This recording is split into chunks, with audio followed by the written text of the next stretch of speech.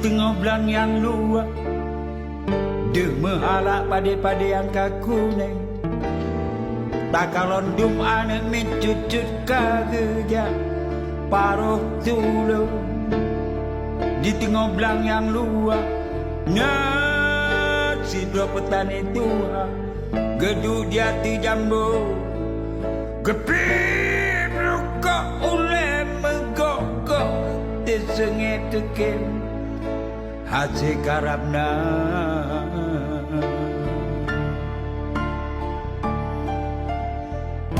Dari musim semula otro musim kemekok reo yang tijo genanto bada gewo unumo hantengen ge badatat pede ditole uro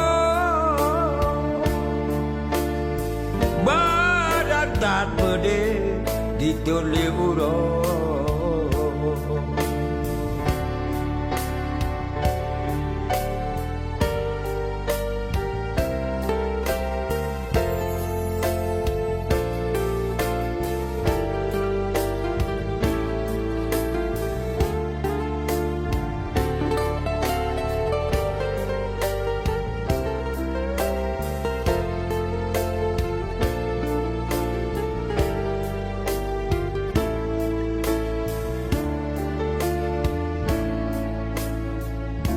Di tengah belang yang luar, dia menghalak pada yang kaku neng. Tak kalondum anak mencucut kerja paruh tulu di tengah belang yang luar. Nak si dua petani tua geduk di hati jambu gepip luka oleh menggokok tersengit tekin hati karabna.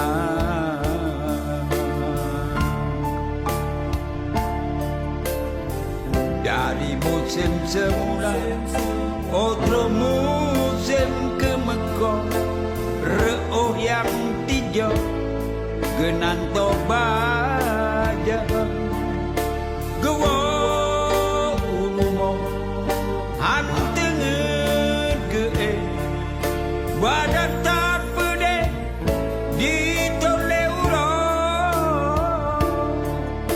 gewo unumo hantengen ge badatat pede ditole uro badatat pede